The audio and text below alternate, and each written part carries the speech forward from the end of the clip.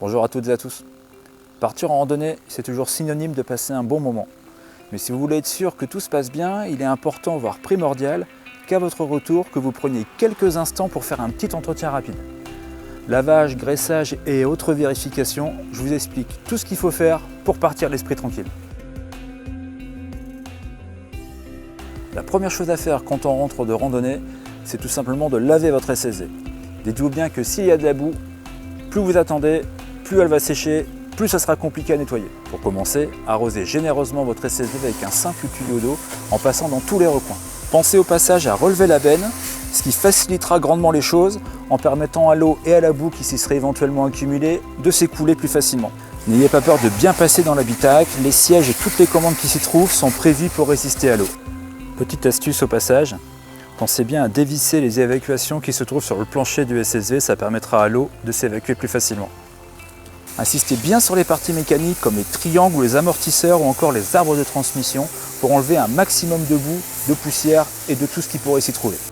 Ensuite, utilisez un shampoing dégraissant que vous pouvez trouver dans les centres auto ou en supermarché par exemple.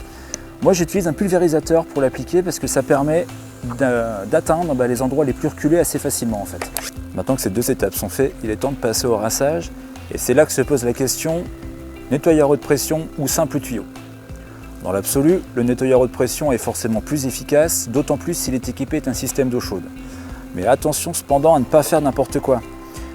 Ne nettoyez pas votre SSV à 150 bars parce que votre kit déco, à mon avis, il ne va pas trop apprécier. Pareil pour l'eau chaude. Je pense que d'une manière générale, au niveau de la pression, l'idéal c'est entre 80 et 90 bars. Et au niveau de l'eau chaude, si votre Karcher en est équipé, il ne faut pas que ça dépasse 60 degrés. À titre d'exemple, ces deux valeurs, c'est ce qu'on trouve dans les centres de lavage auto. Une fois que vous avez réglé votre nettoyeur haute pression, il faut toujours procéder du haut vers le bas. Si vous n'avez pas de nettoyeur haute pression sous la main, pas de panique.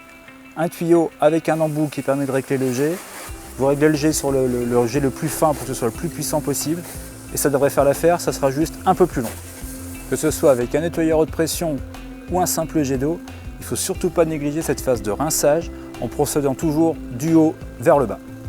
Enfin, pour assurer une bonne finition, un seau d'eau avec une éponge avec de l'eau claire, un petit coup sur la carrosserie, ça permettra d'éviter qu'il y ait trop de traces au moment du séchage. Le radiateur est une pièce maîtresse de votre SSV et ce dernier a une fâcheuse tendance à accumuler les saletés, surtout si vous roulez en groupe ou si vous êtes un adepte des bourbiers. Un radiateur obstrué, c'est le risque d'avoir une surchauffe moteur avec toutes les conséquences qu'on peut imaginer. Le problème du radiateur, c'est qu'il est logé dans un endroit pas vraiment facile d'accès. Encore que, sur notre SSV CS Moto, on a de la chance puisque le capot s'ouvre et ça lui donne un accès plutôt aisé. Autre bon point pour ce radiateur, c'est qu'il intègre une protection plastique facilement démontable qui fait une première protection et qui facilite grandement les actions de nettoyage. Si un nettoyeur haute pression peut s'avérer très utile, il convient de modérer la pression pour ne pas tordre les nombreuses ailettes qui tapissent sa surface et qui permettent le refroidissement. Mais j'ai plutôt tendance à dire qu'il vaut mieux prévoir un jet d'eau et si besoin, utiliser une brosse pour vraiment nettoyer sans prendre de risque de l'abîmer. Et surtout, il ne faut pas oublier qu'un radiateur a deux faces, donc on le nettoie d'un côté et de l'autre. Maintenant que votre SSV est propre, prenez quelques instants pour faire un contrôle visuel de différents organes. Commencez par les pneus à la recherche de coupures et de toute autre déformation. Tant que vous êtes baissé, jetez un œil aux jantes qui peuvent avoir subi une détérioration en cas de contact avec une pierre par exemple, ce qui pourrait occasionner un défaut d'étanchéité. Tant que vous êtes baissé, prêtez attention aux soufflets de cardan. Ces derniers peuvent craquer ou se percer suite à des projections de cailloux ou à cause d'une branche. Jetez également un œil sur les feux et les clignotants pour voir d'une part s'ils ne sont pas cassés, mais aussi qu'ils fonctionnent correctement. Pendant votre inspection, ne négligez pas le châssis et toutes les autres pièces métalliques. Si vous trouvez des éclats de peinture, je vous conseille un petit traitement anti-corrosion préventif, ça sera salvateur pour la longévité de votre machine. Comme tous les moteurs thermiques, celui de votre SSV a besoin d'huile et de liquide de refroidissement pour fonctionner et il ne faut que quelques instants pour vérifier les niveaux. Pour l'huile, la vérification se fait moteur froid. Il suffit de tirer la jauge et de regarder si le niveau est entre mini et maxi, c'est le niveau idéal, c'est là où ça doit être. Pareil pour le liquide de refroidissement, il faut que le niveau soit entre mini et maxi. S'il manque de l'huile ou du liquide de refroidissement, il faut tout simplement faire l'appoint avec de l'huile ou du liquide préconisé par le constructeur. Tant que vous y êtes, jetez un œil au liquide de frein en sachant que ce dernier ne baisse que très légèrement et cela en fonction de l'usure de vos plaquettes. Toute baisse importante ou soudaine est forcément synonyme d'une fuite qu'il faut rechercher et réparer au plus vite pour éviter de vous retrouver dans une situation qui peut vite devenir très compliquée. On n'y pense pas forcément, mais je vous conseille vivement de vérifier votre filtre à air après chaque sortie. Une opération qui peut s'avérer fastidieuse sur certains modèles parce que l'accès n'est pas toujours évident, mais là encore, c'est un vrai gage de longévité pour votre machine. Une fois que vous avez repéré son emplacement, démontez le couvercle qui la plupart du temps est maintenu par des clips. Sortez le filtre à air et procédez à son nettoyage à l'aide d'une soufflette.